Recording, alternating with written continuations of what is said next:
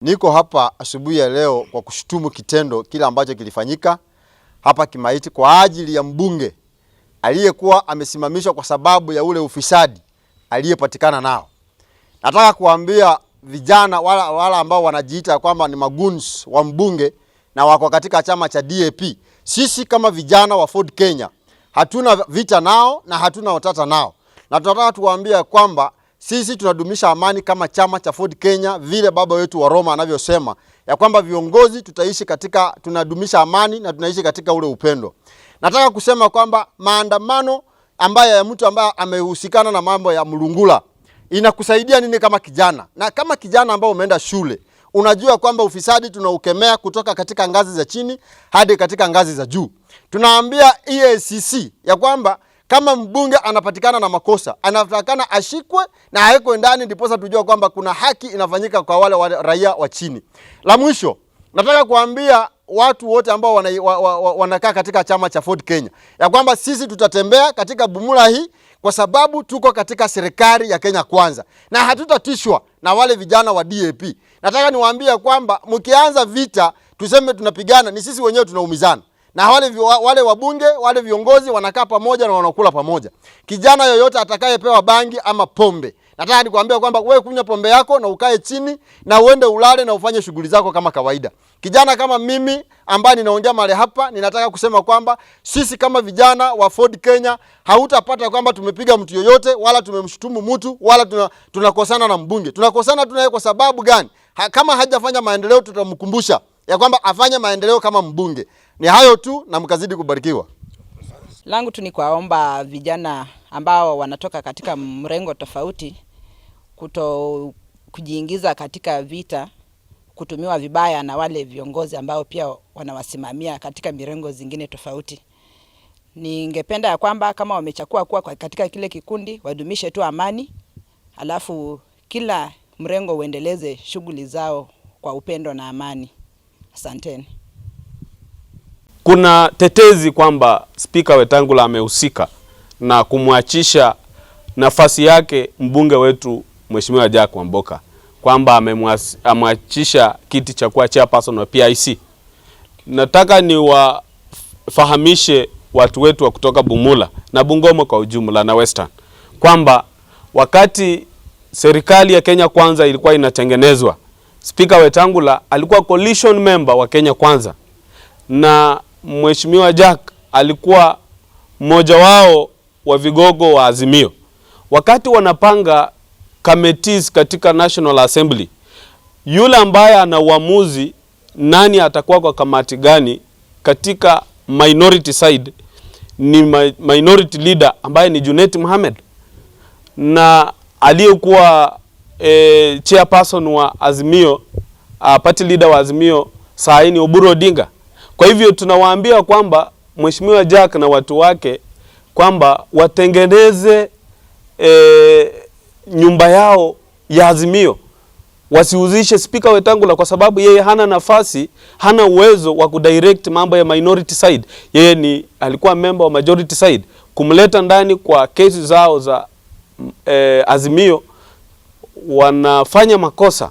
Jambo la mwisho ni kwamba Auditor General's report imetoka na sisi tumeona kwamba pesa za Bumula zimefujwa, zimetumika vibaya.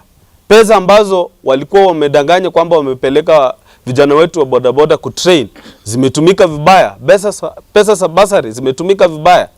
Watu wa Bumula wajue kwamba isiwe sarakasi ya kuficha kufujwa kwa pesa, kwa kuhonga vijana wetu wafanye maandamano kwa kuficha uchi ambao pesa zetu zimefujwa. Watu wetu wa Bumula wajue kwamba kuwa kwa committee kwa National Assembly sio speaker ndiye anaamua kila upande, minority na majority side. Ni viongozi wa kila upande, majority na minority side, wanaamua. Kwa hivyo watu wetu wa Bumula tuulize yale mambo mbunge wetu alituagiza, ameyafanya, ametekeleza. Tusijifiche kwa vitu ambavyo haviko ili kuficha scandals ambazo zinafanyika huko CDF. Kwa hivyo sisi tunaomba vijana wetu kwamba tudumisha amani, tufanye siasa ya amani, tusitumike vibaya kupiga wengine na kuzua vujo. dumisha amani kwa siasa zetu ili tufanye siasa ya amani. Nataka nichukue nafasi hii nikashifu vikali uchochezi, uvumi ambao unafanyika katika eneo bunge la Bumula, ambapo vijana wetu wa chama cha Ford Kenya wanatishiwa, wengine wanapigwa. Katika nchi yetu ya Kenya kuna demokrasia ya association, ambapo mtu yeyote ako na nafasi na uhuru wa kuchagua mahali ambapo ana associate kisiasa.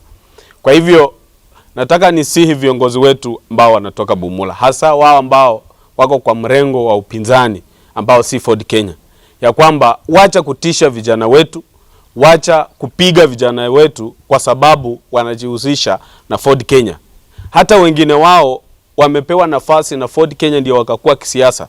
Kwa hivyo nawasihi kwamba wachana na vijana wetu, wacha kutisha vijana wetu. Jambo ambalo linanikera sana kama kijana kutoka Bumula. Mimi natoka Kimaiti Ward.